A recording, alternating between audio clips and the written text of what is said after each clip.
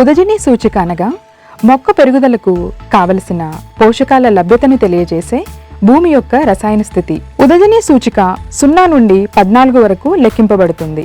దీని ఆధారంగా నేలలు 3 రకాలుగా వర్గీకరించబడ్డాయి. అవి ఆమ్ల నేలలు, తటస్థ నేలలు, క్షార నేలలు.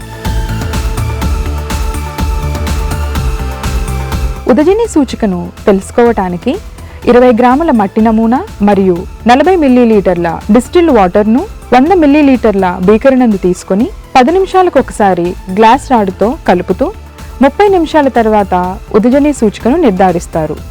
ఉదజని సూచిక పరికరాన్ని 4, 7 మరియు 9.2 బఫర్ సొల్యూషన్స్తో క్యాలిబ్రేషన్ చేసిన తర్వాత బీకరినందు ఎలక్ట్రోడ్ను ఉంచి ఉదజని సూచికను నిర్ధారిస్తారు. ఆమ్ల నేలలు అనగా 0 నుండి 6.6 వరకు సూచిస్తుంది. దీని వలన మొక్కకు కావలసిన నత్రజని, భాస్వరం, కాల్షియం మరియు గంధకము పోషకాల లభ్యత తగ్గుతుంది.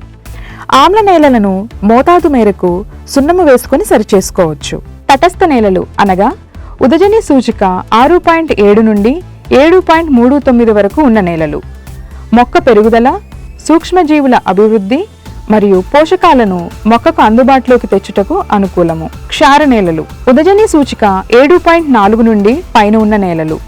దీని వలన మొక్కకు కావలసిన భాస్వరం, కాల్షియం, మెగ్నీషియం, జింకు, ఇనుము, మాంగనీసు మరియు రాగి పోషకాల లభ్యత తగ్గుతుంది. క్షార నేలలను పచ్చిరొట్ట పైరులు వేసుకొని పూత దశకు ముందు భూమిలో కలియదున్నుట మరియు మోతాదు మేరకు జిప్సంను వాడి సరిచేసుకోవచ్చు.